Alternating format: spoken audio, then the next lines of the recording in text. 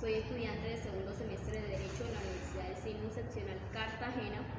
En esta oportunidad voy a estar leyendo para ustedes un libro de Giovanni Sartori titulado Homo Videns, la sociedad teledirigida. Empiezo. Homo sapiens. Homo sapiens. De este modo clasificaba Linneo a la especie humana en su sistema de la naturaleza, de 1758. Fisiológicamente, el Homo sapiens no posee nada que lo haga único entre los primates, el género al que pertenece la especie de la raza humana. Lo que hace único al Homo sapiens es su capacidad simbólica, lo que indujo a Ernst Cassirer a definir al hombre como un animal simbólico. Cassirer lo explica así: el hombre no vive en un universo puramente físico, sino en un universo simbólico. Lengua, mito, arte y religión son los diversos hilos que componen el tejido simbólico. Cualquier progreso humano en el campo del pensamiento y de la experiencia refuerza ese tejido. La definición del hombre como animal racional no ha perdido nada de su valor, pero es fácil observar que esta definición es una parte del total, porque al lado del lenguaje conceptual hay un lenguaje del sentimiento. Al lado del lenguaje lógico o científico está el lenguaje de la imaginación poética. Al principio, el lenguaje no expresa pensamiento o ideas, sino sentimientos y afectos. 1948, página 47 y 49. Así pues, la expresión animal simbólico comprende todas las formas de la vida cultural del hombre, y la capacidad simbólica de los seres humanos se despliega en el lenguaje, en la capacidad de comunicar mediante una articulación de sonidos y signos significantes, provistos de significado. Actualmente hablamos del lenguaje en plural, por tanto, de lenguajes cuyo significante no es la palabra. Por ejemplo, el lenguaje del cine, de las artes figurativas, de las emociones, etc. Pero estas son acepciones metafóricas, pues el lenguaje esencial que de verdad caracteriza e instituye al hombre como animal simbólico es lenguaje palabra, el lenguaje de nuestra habla. Digamos, por tanto, que el hombre es un animal parlante, un animal locuaz, que continuamente está hablando consigo mismo, y que esta es la caracterización que lo distingue radicalmente de cualquier especie de ser viviente. A esto se podría replicar que los animales también comunican con un lenguaje propio, sí, pero no del todo. El llamado lenguaje animal transmite señales, y la diferencia fundamental es que el hombre posee un lenguaje capaz de hablar de sí mismo. El hombre reflexiona sobre lo que dice, y no solo el comunicar, sino también el pensar y el conocer que caracterizan al hombre como animal simbólico se construye en lenguaje y con lenguaje. El lenguaje no es solo un instrumento del comunicar, sino también del pensar. Y el pensar no necesita del ver. Un ciego está obstaculizado en su pensar por el hecho de que no puede leer y por tanto tiene un menor soporte del saber escrito, pero no por el hecho de que no ve las cosas en las que piensa. A decir verdad, las cosas en las que pensamos no las ve ni siquiera el que puede ver, no son visibles. Las civilizaciones se desarrollan con la escritura, y es el tránsito de la comunicación oral a la palabra escrita lo que desarrolla una civilización. Havelock, 1973. Pero hasta la invención de la imprenta, la cultura de toda sociedad se fundamenta principalmente en la transmisión oral. Hasta que los textos escritos son reproducidos a manos por amanuenses, no se podrá hablar aún del hombre que lee. Leer y tener algo que leer fue hasta finales del siglo XV, un privilegio de poquísimos doctos. El Homo sapiens, que multiplica el propósito saber, es, pues, el llamado hombre de Gutenberg. Es cierto que la Biblia impresa por Gutenberg en 1452 y 1455 tuvo una tirada que para nosotros es hoy risible, de 200 copias. Pero aquellas 200 copias se podrían reimprimir. Se había producido el salto tecnológico. Así pues, es con Gutenberg con quien la transmisión escrita de la cultura se convierte en algo potencialmente accesible a todos. El progreso de la reproducción impresa fue lento pero constante y culmina entre los siglos XVIII y XIX, con la llegada del periódico que se imprime todos los días, el diario. Al mismo tiempo, desde mediados del siglo XIX en adelante, comienza un nuevo y diferente ciclo de avances tecnológicos. En primer lugar, la invención del telégrafo, después la del teléfono, de Alexander Graham. Con estos dos inventos desaparecería la distancia y empezaba la era de las comunicaciones inmediatas. La radio, que también eliminaba distancias, añade un nuevo elemento, una voz fácil de difundir en todas las casas. La radio es el primer gran difusor de comunicaciones, pero un difusor que no menoscaba la naturaleza simbólica del hombre, ya que como la radio habla, difunde siempre cosas dichas con palabras. De modo que libros, periódicos, teléfonos, radio son todos ellos, en concordancia, elementos portadores de comunicación lingüística. La ruptura se produce a mediados de nuestro siglo, con la llegada del televisor y de la televisión. La televisión, como su propio nombre indica, es ver de lejos, tele, es decir, llevar ante los ojos de un público de espectadores cosas que puedan ver en cualquier sitio, desde cualquier lugar y distancia. Y en la televisión, el hecho de ver prevalece sobre el hecho de hablar, en el sentido de que la voz del medio o de un hablante es secundaria, está en función de la imagen, comenta la imagen, y como consecuencia, el telespectador es más un animal vidente que un animal simbólico. Para él, las cosas representadas en imágenes cuentan y pesan más que las cosas dichas con palabras. Y esto es un cambio radical de dirección, porque mientras que la capacidad simbólica distancia al Homo sapiens del animal, el hecho de ver lo acerca a sus capacidades ancestrales, al género al que pertenece la especie del Homo sapiens. El progreso tecnológico. Todo progreso tecnológico en el momento de su aparición ha sido temido e incluso rechazado. Y sabemos que cualquier innovación molesta porque cambia los órdenes constituidos. Pero no podemos ni debemos generalizar. El invento más protestado fue históricamente el de la máquina industrial. La aparición de la máquina provocó un miedo profundo porque, según se decía, sustituiría al hombre. Durante 2 siglos esto no ha sido cierto, pero era verdad entonces y sigue siéndolo ahora, que el costo humano de la primera revolución industrial fue terrible. Aunque la máquina era imparable y a pesar de todos los inmensos beneficios que ha producido, aún hoy las críticas a la civilización de la máquina se relacionan con verdaderos problemas. En comparación con la revolución industrial, la invención de la imprenta y el progreso de las comunicaciones no han encontrado hostilidades relevantes. Por el contrario, siempre se han aplaudido y casi siempre han gozado de eufóricas previsiones. Cuando apareció el periódico, el telégrafo, el teléfono y la radio, dejó en suspenso el caso de la televisión.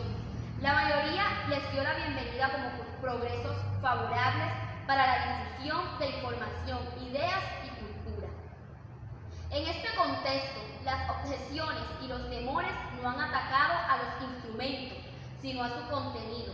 El caso emblemático de esta resistencia, repito, no contra la comunicación, sino contra lo que se comunicaba, fue el caso de la gran enciclopedia, la Enciclopedia de Diderot, cuyo primer tomo apareció en 1751.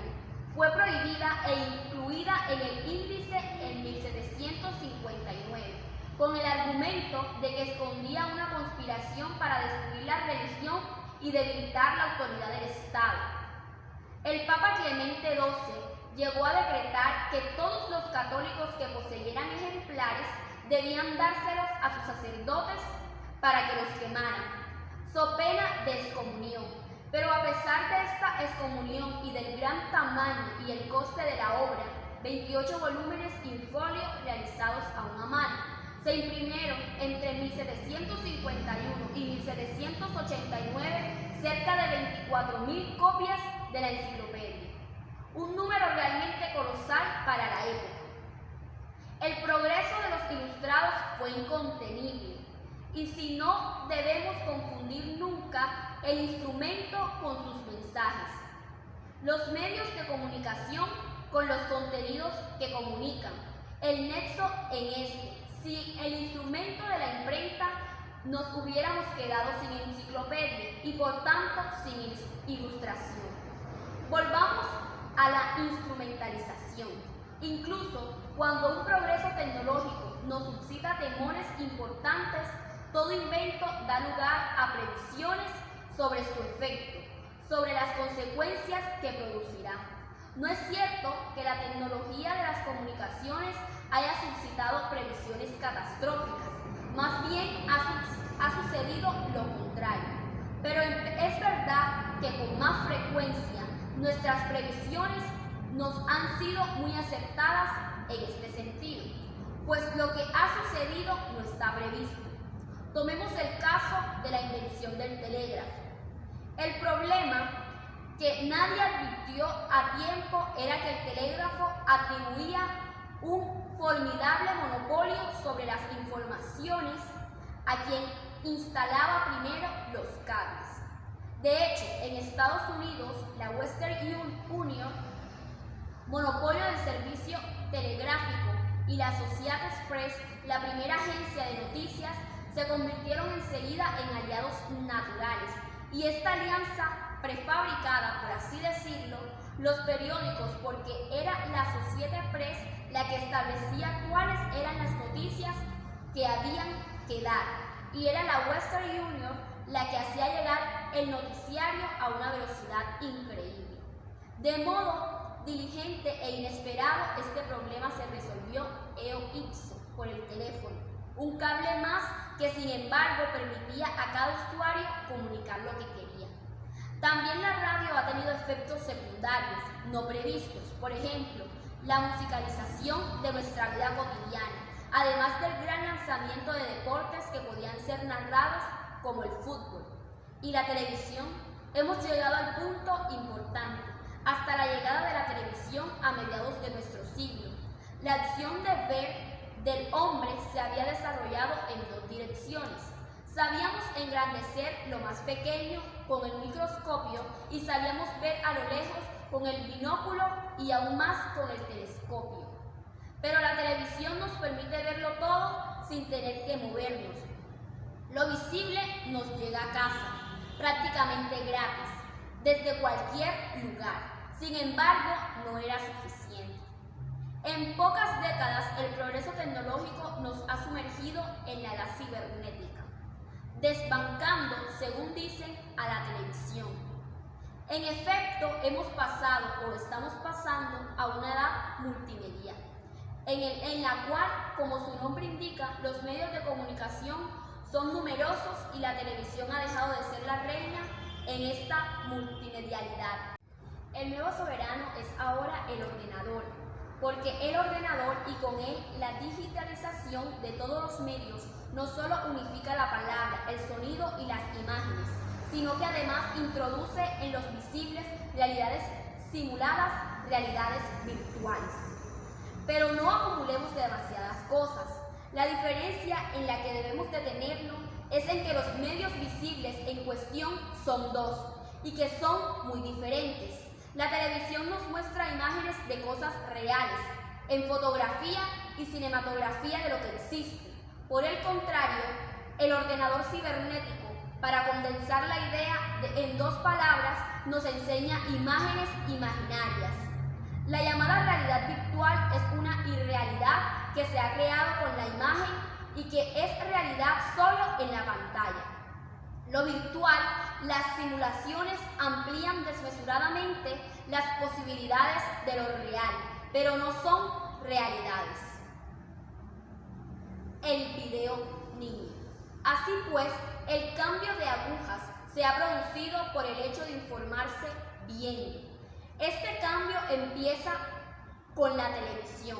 Por tanto, comienzo también yo por telever.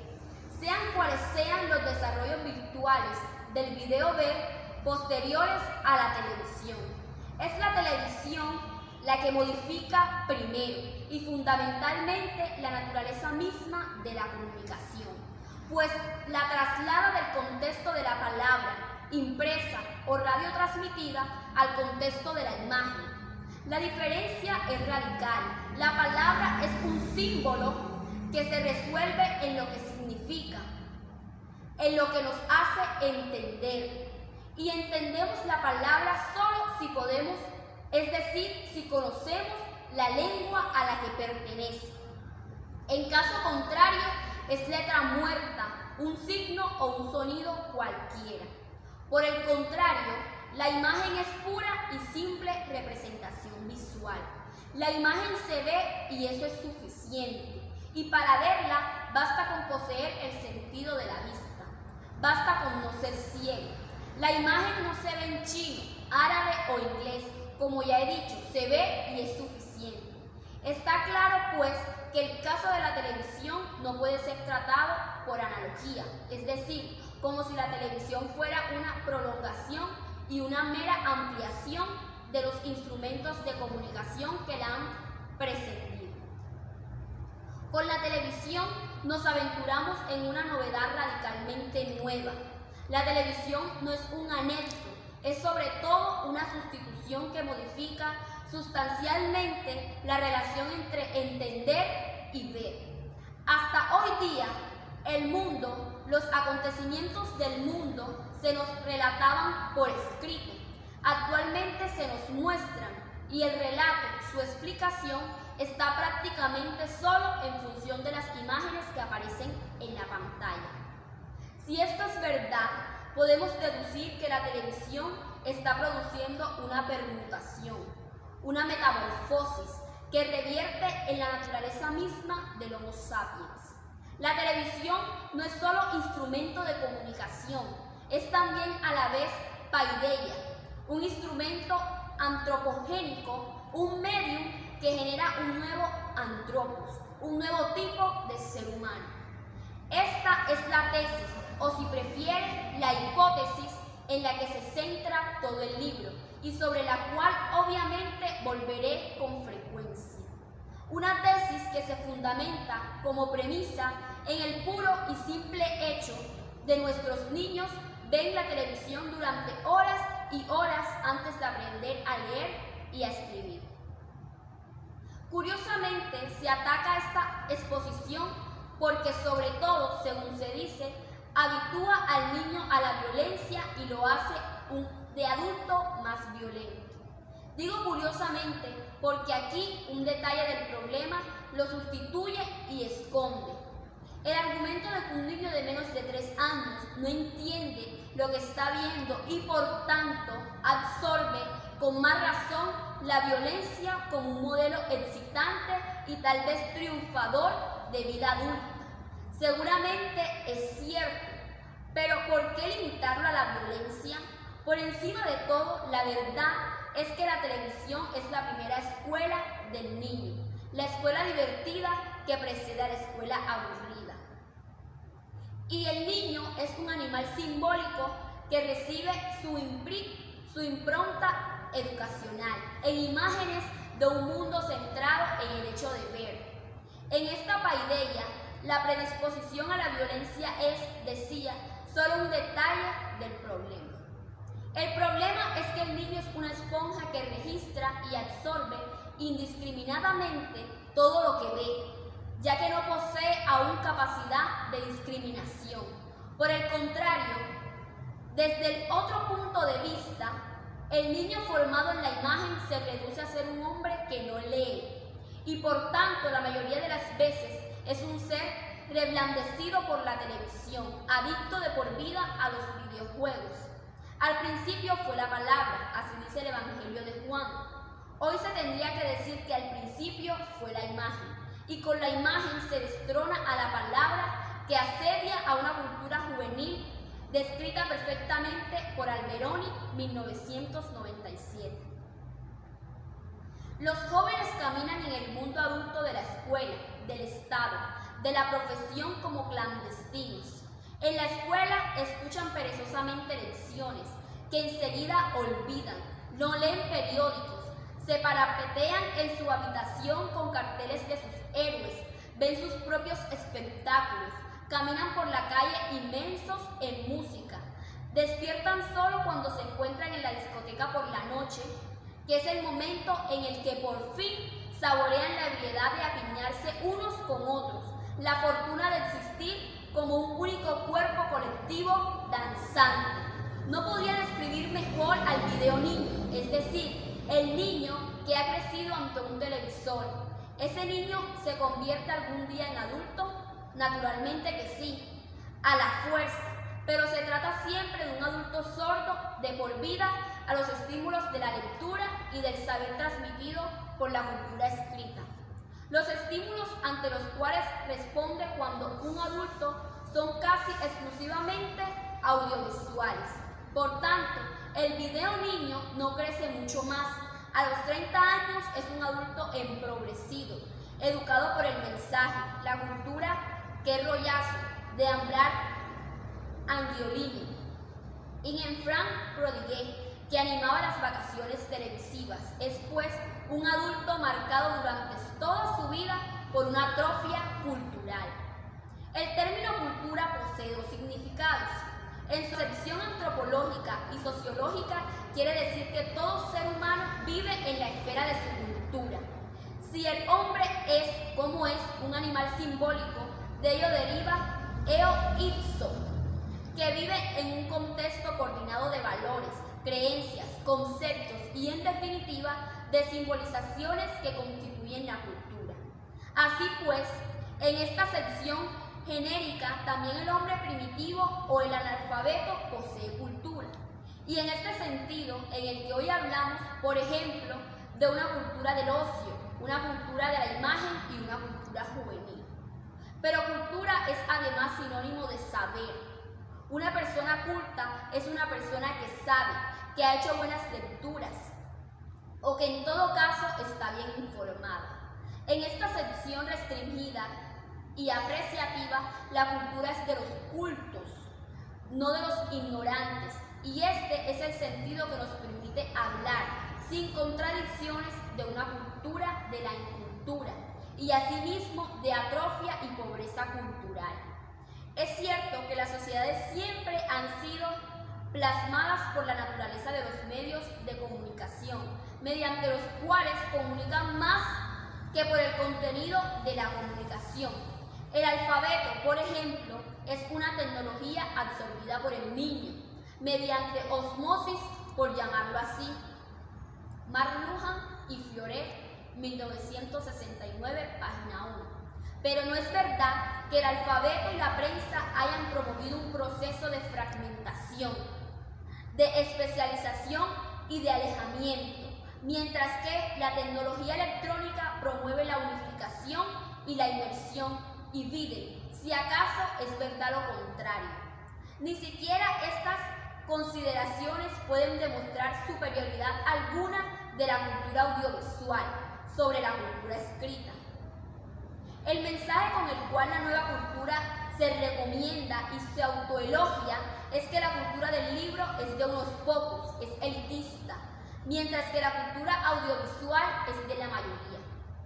Pero el número de beneficiarios, sean minoría o mayoría, no altera la naturaleza ni el valor de una cultura.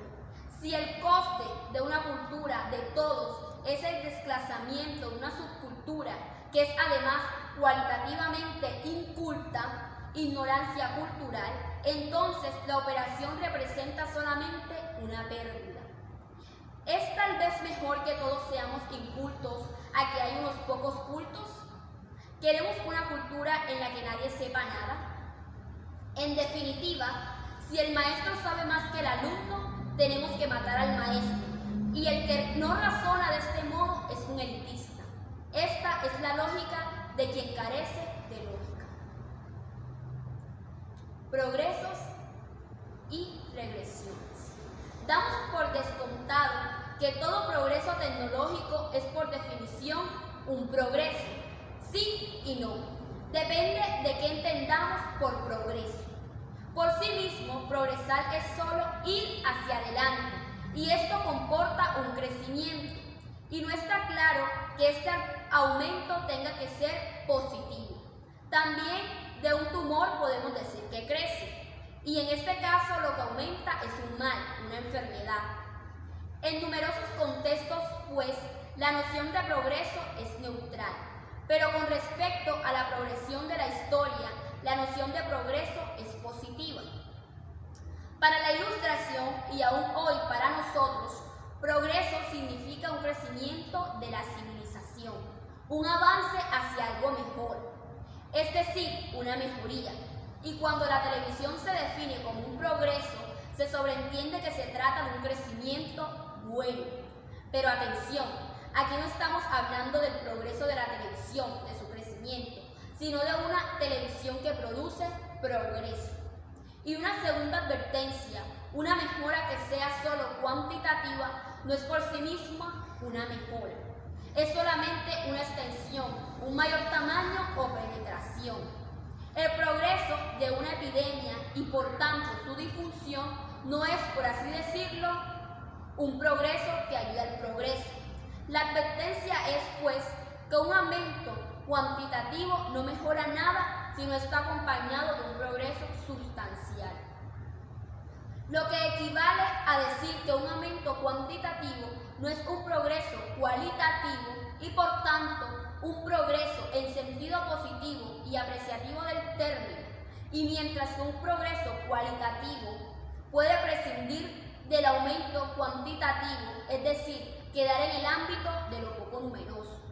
Lo contrario no es cierto. La difusión en extensión de algo se considera progreso solo si el contenido de esa difusión es positivo, o al menos no da pérdidas, si no está ya en pérdidas.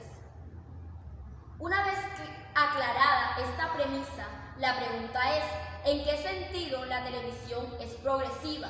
¿En cuanto que mejora un estado de cosas ya preexistentes? Es una pregunta a la que debemos responder haciendo una distinción.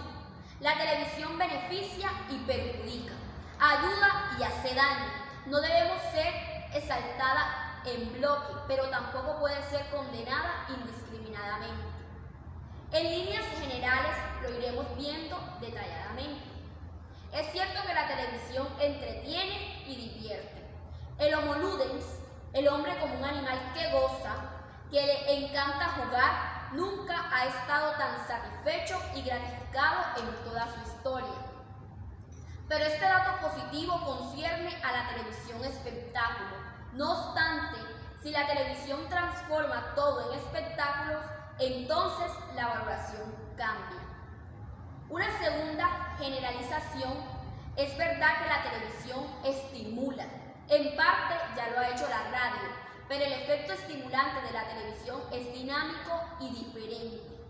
Despertar con la palabra, la radio, es algo insignificante respecto a un despertar producido por la visión de todo el mundo, lo que en potencia podemos ver en cualquier casa. Hasta el siglo XX, las 3/4 partes de los seres vivos estaban aislados y adormecidos en sus pueblos, como máximo en pequeñas ciudades.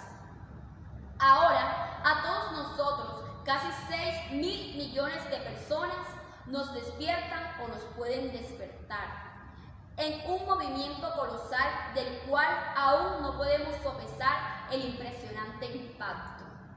De momento, en cualquier caso, es seguro que un despertar es apertura hacia el progreso en la acepción ilustrada del término, pero por el contrario es también seguro que frente a estos progresos hay una regresión fundamental, el empobrecimiento de la capacidad de entender. El empobrecimiento de la capacidad de entender. El Homo sapiens, volvemos a él, debe todo su saber y todo el avance de su entendimiento a su capacidad de abstracción. Sabemos que las palabras que articulan el lenguaje humano son símbolos que evocan también representaciones y por tanto llevan a la mente figuras, imágenes de cosas visibles y que hemos visto. Pero esto sucede solo con los nombres propios y con las palabras concretas. Lo digo de este modo para que la exposición sea más simple. Es decir, palabras como casa, mesa, carne, automóvil, gato, mujer, etc., nuestro vocabulario de orden práctico. De otro modo, casi todo nuestro vocabulario cognitivo y teórico consiste en palabras abstractas, que no tienen ningún correlato en cosas visibles y cuyo significado no se puede trasladar ni traducir en imágenes. Ciudad es todavía algo que podemos ver, pero no nos es posible ver nación, Estado, soberanía, democracia, representación, burocracia, etc. Son conceptos abstractos elaborados por procesos mentales de abstracción que están construidos por nuestra mente como entidades. Los conceptos de justicia, legitimidad, legalidad, libertad, igualdad, derecho y derechos son asimismo abstracciones no visibles. Y aún hay más, palabras como paro, inteligencia, felicidad son también palabras abstractas. Y toda nuestra capacidad de administrar la realidad política, social y económica en la que vivimos y a la que se somete la naturaleza del hombre se fundamenta exclusivamente en un pensamiento conceptual que representa para el ojo desnudo entidades invisibles e inexistentes. Los llamados primitivos son tales porque, fábulas aparte, en su lenguaje destacaban palabras concretas, lo cual garantiza la comunicación, pero escasa capacidad científico-cognoscitiva. Y de hecho, durante milenios, los primitivos no se movieron de sus pequeñas aldeas y organizaciones tribales. Por el contrario, los pueblos se consideraban avanzados porque han adquirido un lenguaje abstracto, que es además un lenguaje construido en la lógica, que permite el conocimiento analítico científico. Algunas palabras abstractas, algunas, no todas, son en cierto modo traducibles en imágenes, pero se trata siempre de traducciones que son solo un sucedáneo infiel y empobrecido del concepto que intentan visibilizar. Por ejemplo, el desempleo se traduce en la imagen del desempleado, la felicidad en la fotografía de un rostro que expresa alegría, la libertad nos remite a una persona que sale de la cárcel. Incluso podemos ilustrar la palabra igualdad mostrando dos pelotas de billar y diciendo he aquí objetos iguales. O bien representar la palabra inteligencia mediante la imagen de un cerebro. Sin embargo, todo ello son solo distorsiones de estos conceptos en cuestión. Y las posibles traducciones que he sugerido no traducen prácticamente nada. La imagen de un hombre sin trabajo no nos lleva a comprender en modo alguno la causa del desempleo y cómo resolverlo. De igual manera, el hecho de mostrar a un detenido que abandona la cárcel no nos explica la libertad, al igual que la figura de un pobre no nos explica la pobreza, ni la imagen de un enfermo nos hace entender qué es la enfermedad. Así pues, en síntesis, todo el saber del Homo sapiens se desarrolla en la esfera de un mundus intelligibilis, de conceptos y de concepciones mentales, que no es en modo alguno el mundus sensibilis, el mundo percibido por nuestros sentidos. Y la cuestión es esta: la televisión invierte la evolución de lo sensible e inteligible y lo convierte en el ictus oculi, en un regreso al puro y simple acto de ver. La televisión produce imágenes y anula los conceptos, y de este modo atrofia nuestra capacidad de abstracción y con ella toda nuestra capacidad de entender. Para el cenismo, una doctrina epistemológica abandonada por todo el mundo desde hace tiempo, las ideas son calcos derivados de las experiencias sensibles. Pero es al revés. La idea, escribía Kant, es un concepto necesario de la razón al cual no se puede ser dado en los sentidos ningún objeto adecuado. Por tanto, lo que nosotros vemos o percibimos concretamente no produce ideas, pero se infiere en ideas o conceptos que lo encuadran y lo significan. Y este es el proceso que se atrofia cuando el Homo sapiens es suplantado por el Homo videns. En este último, el lenguaje conceptual abstracto es sustituido por el lenguaje perceptivo concreto, que es infinitamente más pobre no solo en cuanto a palabras, al número de palabras, sino sobre todo en cuanto a la riqueza de significados, es decir, de capacidad connotativa. Contraeducaciones. La acusación es grave y uno de mis intentos de exponerla en toda su gravedad es ver de qué modo los acusados, sean videodefensores o multimedialistas, las saben revertir. La respuesta habitual es que todo hallazgo tecnológico se ha topado con inquisidores que siempre se han equivocado. Pero ya hemos visto que esta respuesta es falsa. ¿Quién maldijo el invento de la imprenta? ¿Quién ha condenado el telégrafo y el teléfono? La invención de la radio deslumbró a todos.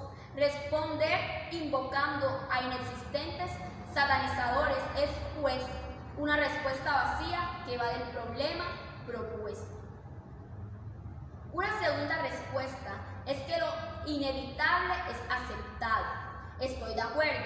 La llegada de la televisión y después de la tecnología multimedia es absolutamente inevitable. Pero por el hecho de que sea inevitable no debe aceptarse a ciegas. Una de las consecuencias imprevistas de la sociedad industrial ha sido la polución, la intoxicación del aire y del ambiente. Y la polución es algo inevitable que estamos combatiendo. Del mismo modo, el desarrollo de la era nuclear trajo como consecuencia la bomba atómica, que puede exterminarnos a todos, y eso fue inevitable. A pesar de ello, numerosas personas están en contra de la producción de energía nuclear y todos temen e intentan impedir el uso bélico del átomo y de la bomba de hidrógeno. El progreso tecnológico no se puede detener, pero no por ello se nos puede escapar de las manos, ni debemos darnos por vencidos negligentemente. Una tercera respuesta, la verdaderamente seria, es que palabra e imagen no se contraponen. Contrariamente a cuanto vengo afirmando, entender mediante conceptos y entender a través de la vista se combinan en una suma positiva, reforzándose o al menos integrándose el uno en el otro. Así pues, la tesis es que el hombre que lee y el hombre que ve, la cultura escrita y la cultura audiovisual dan lugar a una síntesis armónica. A ello respondo que si fuera así sería perfecto.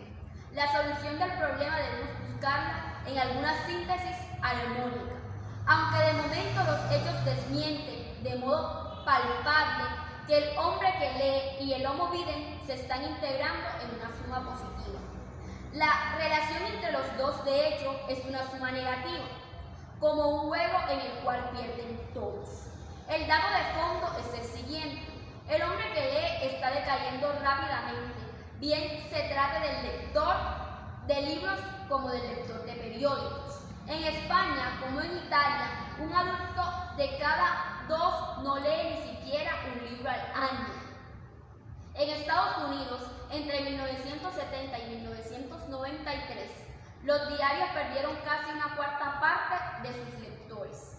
Por más que se quiera afirmar que la culpa de esta veloz descenso es la mala calidad o la equivocada adaptación de los periódicos a la competencia televisiva, Esta explicación no es suficientemente aclaratoria.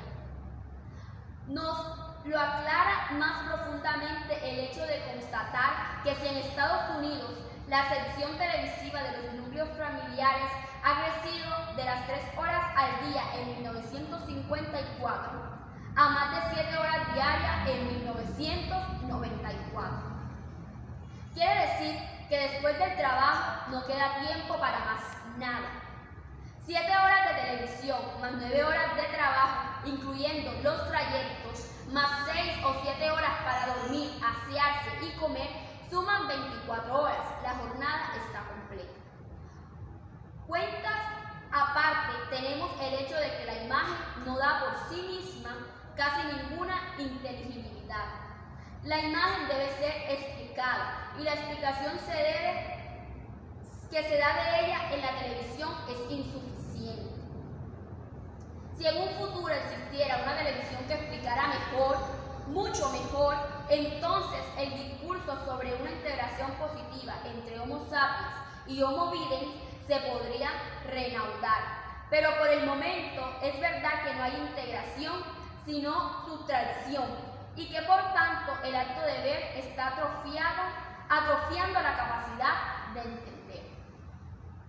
Una cuarta respuesta es que aún admitiendo que el acto de ver empobrece el entendimiento, este empobrecimiento está ampliamente compensado por la difusión del mensaje televisivo y por su accesibilidad a la mayoría.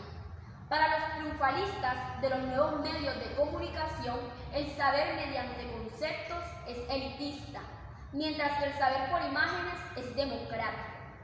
Pero este elogio es impúdico y tramposo, como aclararé a continuación.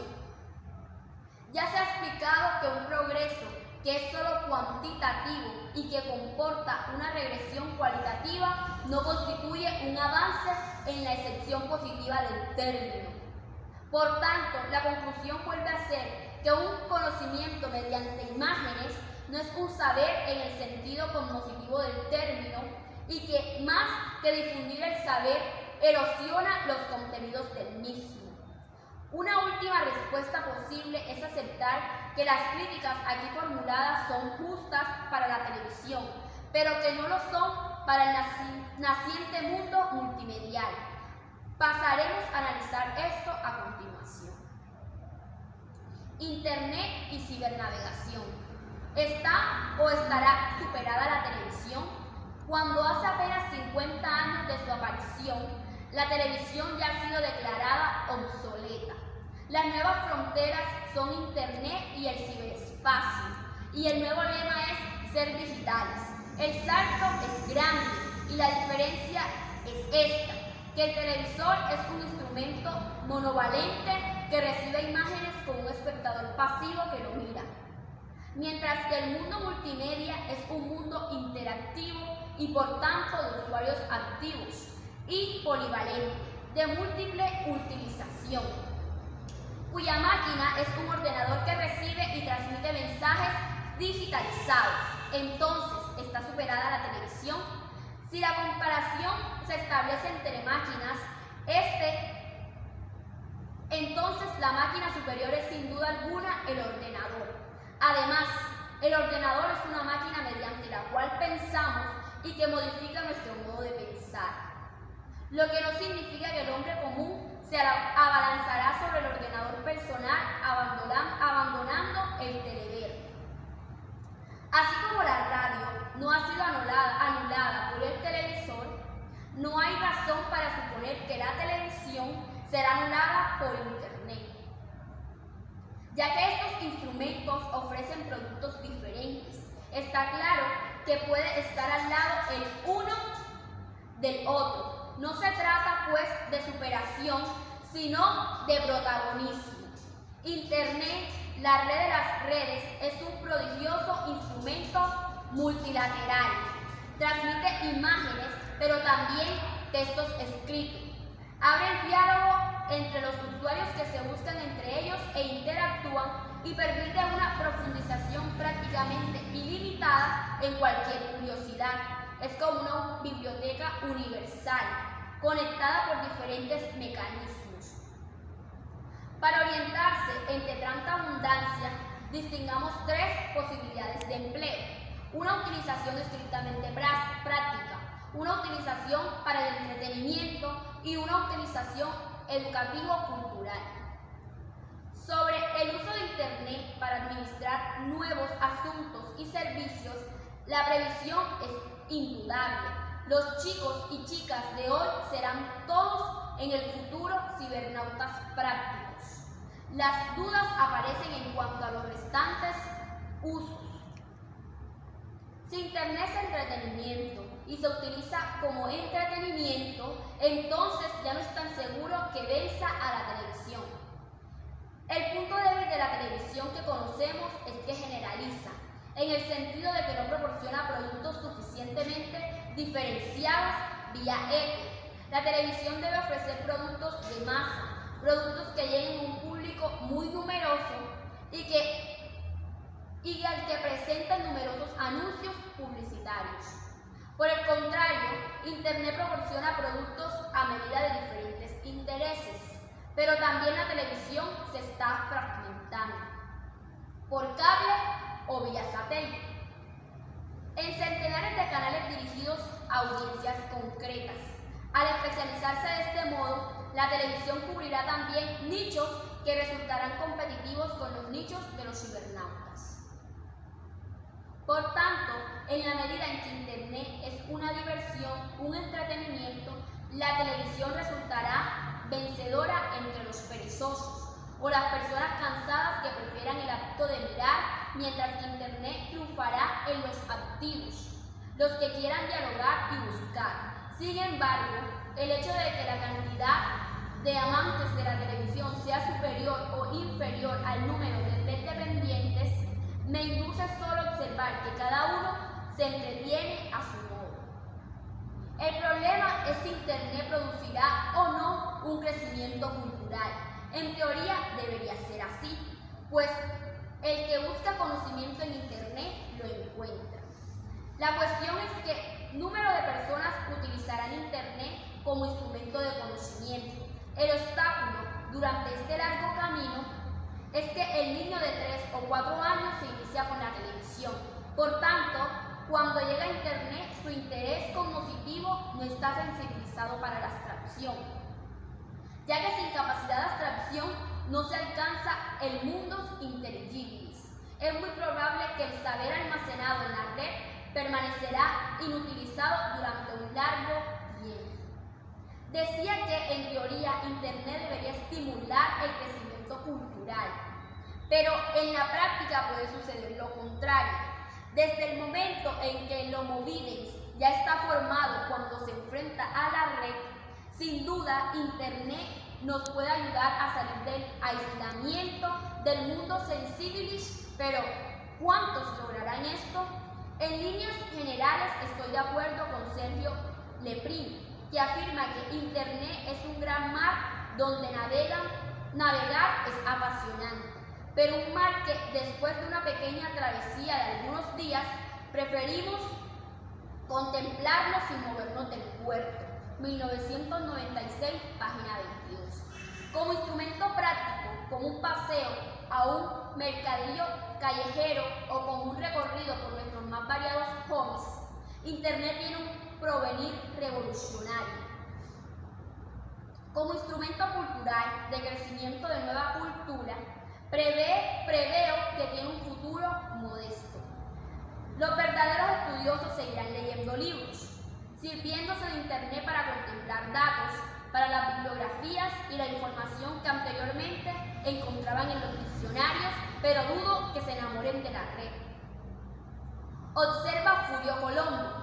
El Edén de la red está al otro lado de una cánsara que se está viendo, solamente para unos pocos. Diferentes jerarquías de cerebros manejarán los ordenadores, jugarán y experimentarán con ellos. Para los excluidos queda el juego interactivo, para llenar un inmenso tiempo libre. 1995, página 16. Y aquí debemos llamar la atención: los pocos de Furio Colombo no son hombres de cultura, son más bien adictos a su trabajo. los nuevos señores de los medios de comunicación y de la nueva nomenclatura del mundo de los ordenadores.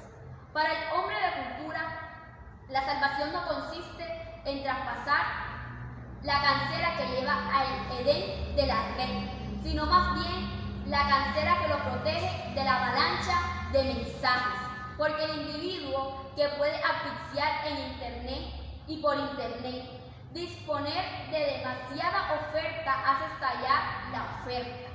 Y si estamos inundados de mensajes, podemos llegar a ahogarnos en ellos. Afirmo de nuevo que las posibilidades de Internet son infinitas, para bien y para mal.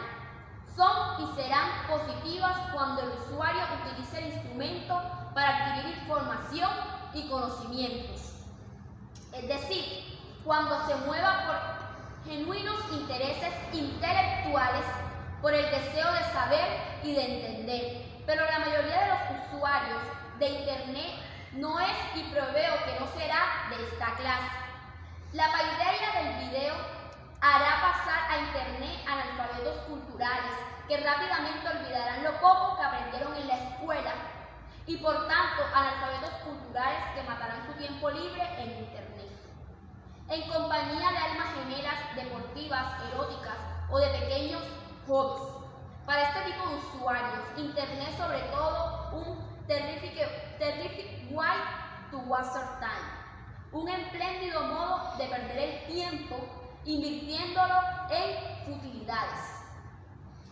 Se pensará que esto no tiene nada de malo, es verdad, pero tampoco hay nada de bueno. Y por supuesto, no representa progreso alguno, sino todo lo contrario. Pero el objetivo final no es Internet, es el cibermundo profetizado y promovido más que por cualquier otro autor, por Nicolás Negroponte, en su libro El Mundo Digital, 1995. El nuevo pasado del progreso se resume así. En el mundo digital, el que recibe puede elaborar la información reseteándola como quiera, con lo que el control formal sobre el mensaje se individualiza, se hace suyo, consigue así una cibernavegación muy visual y visualizada. En las llamadas realidades virtuales, en una casi infinita descomposición y recomposición, ensamble de imágenes, formas y figuras. No niego que la navegación en lo virtual, que es como decir en las simulaciones, puede ser enormemente estimulante. Lo que proyectan formas aerodinámicas, por ejemplo, simulan desde hace muchas décadas y tal vez el evangelismo de Negroponte roba la idea difundiéndola a millones de personas. A los especialistas que han empleado técnicas de simulación, desde que disponen de procesadores, sean como fuere, para los comunes mortales, la navegación cibernética es solo una especie de videojuego. Y si toma esta navegación demasiado en serio, los cibernautas comunes corren el riesgo de perder el sentido de la realidad. Es decir, los límites entre lo verdadero y lo falso, entre lo existente y lo imaginario, para ellos todo se convierte en trampa y manipulación, y todo puede ser manipulado y falseado. Pero como las realidades virtuales son juegos que no tienen probabilidades de convertirse en realidades materiales, el neuroprontismo puede llegar a generar en un extremo un sentimiento de potencia alienado y frustrado. En el extremo opuesto, un público de eternos niños soñadores que transcurren toda la vida en un mundo imaginario. La facilidad de la era digital representa la facilidad de la droga. ¿Terminaremos todos siendo digigeneracionales y en el cibermundo? Espero que no. Negroponte es realmente el aprendiz del brujo del pospensamiento. En el mundo que él promueve y elogia, es la máquina la que lo hace todo. Él finge que no es así, contándonos que el mundo multimedia cibernético es un mundo gobernado por una lógica circular, sin centro alguno. Ya no es un mundo gobernado por una lógica lineal y de concatenación casual. Suena bien, pero no significa nada, porque lógica circular es solo una metáfora, pero como lógica no existe. La lógica establece las reglas del pensamiento correcto. que si acaso son reglas de concatenación deductiva, no de concatenación casual. Y la noción de centro pertenece a la lógica cuando las nociones de derecha e izquierda pertenecen a las matemáticas. Por tanto, la circularidad del neuroprompter evoca solo un cúmulo de disparates. En uno de sus comentarios al infierno de Dante, T.S. Eloy lo describía como un lugar en el cual nada se conecta con nada. Con el mismo criterio, la lógica circular es un infierno lógico. Esperanzas aparte, mi pronóstico es que la televisión seguirá siendo el centro, en detrimento de la cibernavegación y de sus sirenas. Y esto se fundamenta a sí mismo en la consideración de que la televisión no tiene techo. En 1992 ya existía en el mundo 1 millón de millones de televisores. Si excluimos a los marginados y a los que realmente se mueren de hambre, la televisión cubre a donde llega casi el 100% de las casas. En cambio, para los demás inventos hay un techo. Internet produce saturación y ver pasivamente es más fácil y más cómodo que el acto de ver activamente.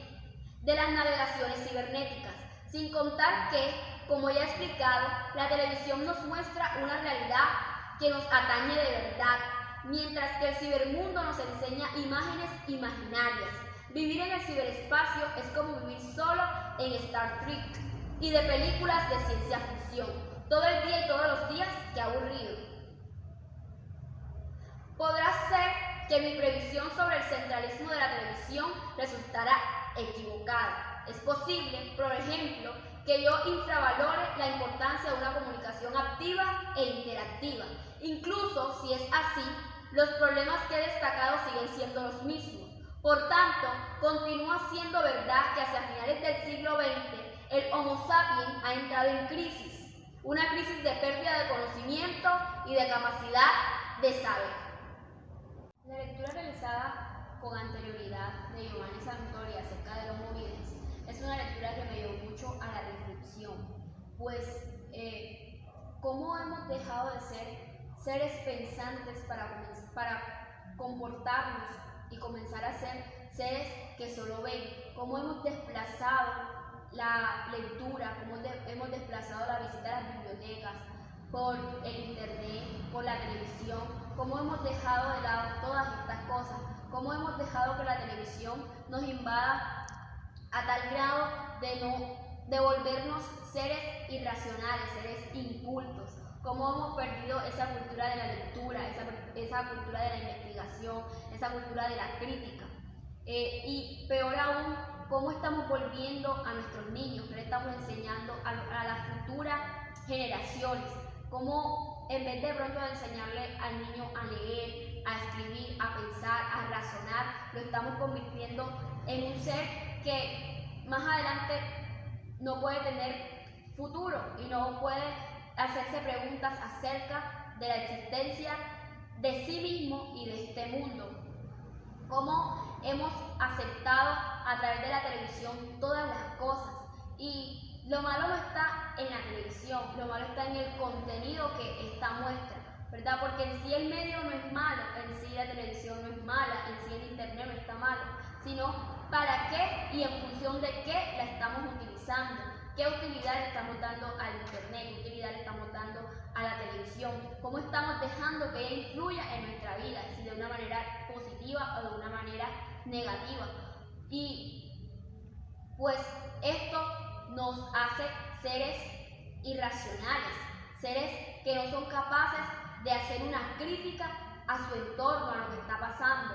Dejamos que todo nos pase por encima, dejamos que el mundo pase y nosotros no hacemos una reflexión acerca de esto. Y es muy interesante porque pues muchas veces no nos damos cuenta de cómo estas cosas influyen directa o indirectamente en nuestra manera de ser, de formarnos como seres humanos, cómo la televisión influye en nuestra vida, cómo el internet influye en nuestra vida, cómo perdemos el tiempo en cosas que son vanas, que no nos instruyen, que no nos alimentan, en vez de invertirlo en cosas que sí nos van a servir y nos van a fomentar y nos van a hacer seres cultos, seres muchísimo mejores. Y este libro es muy interesante porque nos hace reflexionar acerca de todas estas cosas, cómo ha venido en deterioro la esencia del Homo sapiens, la esencia del hombre pensante, racional, cómo hemos dejado de lado lo que nos diferencia de otros seres, y es el raciocinio, por darle entrada a cosas que son avances tecnológicos, sí, son avances tecnológicos, pero que hemos dejado que estos avances tecnológicos influyan de manera negativa en nuestra vida y en nuestro crecimiento como seres humanos que somos, porque estamos en este mundo para servir, estamos en este mundo para ayudar, y si desde niños no nos preocupamos por crear en nosotros esa conciencia de la lectura, de la escritura, de la crítica, de no tragar entero, ¿verdad? De no aceptar las cosas tal cual como nos están pasando, sino yo poder proponer soluciones a través de lo que sea, a través de lo que investigo, a través de lo que busco.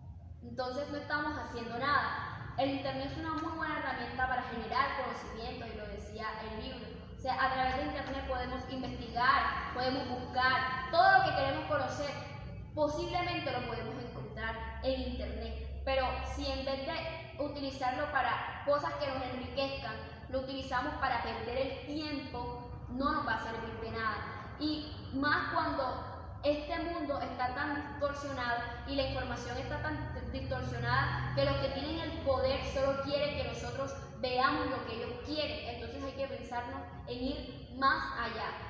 Lo que estoy viendo realmente es lo cierto, lo que estoy escuchando realmente es lo cierto. Tenemos que empezar a fomentar la investigación, la búsqueda, la crítica, el no quedarnos con lo que nos muestra la televisión, el no quedarnos solo con lo que nos muestra el internet, no quedarnos solo con lo que nos muestra el periódico, sino que en nosotros se cree ese hábito de ir más allá de la lectura, de la escritura, y retomar lo que somos. Somos seres pensantes, somos seres racionales, tenemos la capacidad de razonar, de pensar, pero eso se genera con la práctica.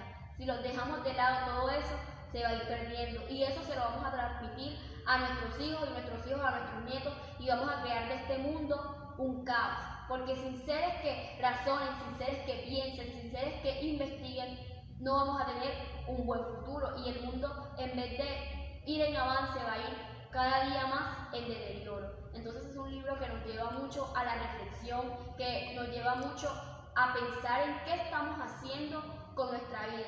Por lo menos yo, que soy joven, en este momento, pues me abrió un mundo de posibilidades, y más que todo porque me gustaba mucho la televisión, me gustaba mucho ver televisión, pero entendí a través de este libro que hay cosas que son prioridades, que si bien es cierto la televisión es chévere, es divertida, con la televisión se entretiene, pero que no debemos dedicarles todo nuestro tiempo libre a la televisión, que en vez de dedicárselo a la televisión solamente, pues tratemos de balancear las cosas.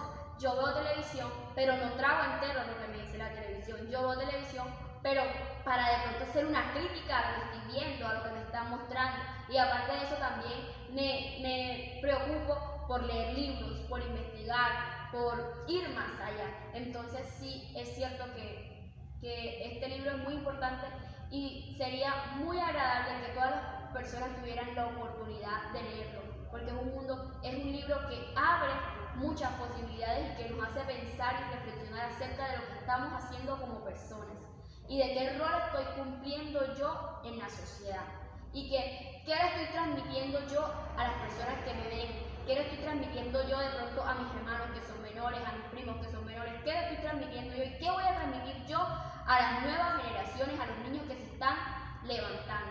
Entonces hay que reflexionar sobre esto, y es muy interesante y es muy bueno lo que aporta Giovanni Sartori a través de este libro, y lo que trata de hacernos entender. Los avances sí son buenos, ¿verdad? El progreso es bueno, pero ¿en qué medida? ¿Y qué es realmente progreso? Entonces, para finalizar, voy a leer un glosario de palabras desconocidas que encontré dentro de esta lectura de Giovanni Santoro. La primera palabra es permutación, que es el cambio entre dos partes de una misma cadena, que produce otro cambio en el plano opuesto. Paideia, proceso de formación entendido como la transmisión de valores, saber ser y saberes técnicos. Osmosis, influencia recíproca entre dos individuos o elementos que están conectados. Sucedáneo, que tiene propiedades parecidas a las de otras y puede sustituirla con un grado menor de calidad. Polución, contaminación del medio ambiente, en especial de aire o del agua, producida por los residuos procedentes de las actividades humanas o de procesos industriales o biológicos. Polivalente, que tiene varias funciones o puede desempeñar varias funciones. Muchas gracias por su atención prestada, espero que haya sido de agrado esta lectura y esta intervención, y sí los invito a la reflexión y sí los invito a formarnos más como seres racionales, como seres pensantes que somos. Muchas gracias.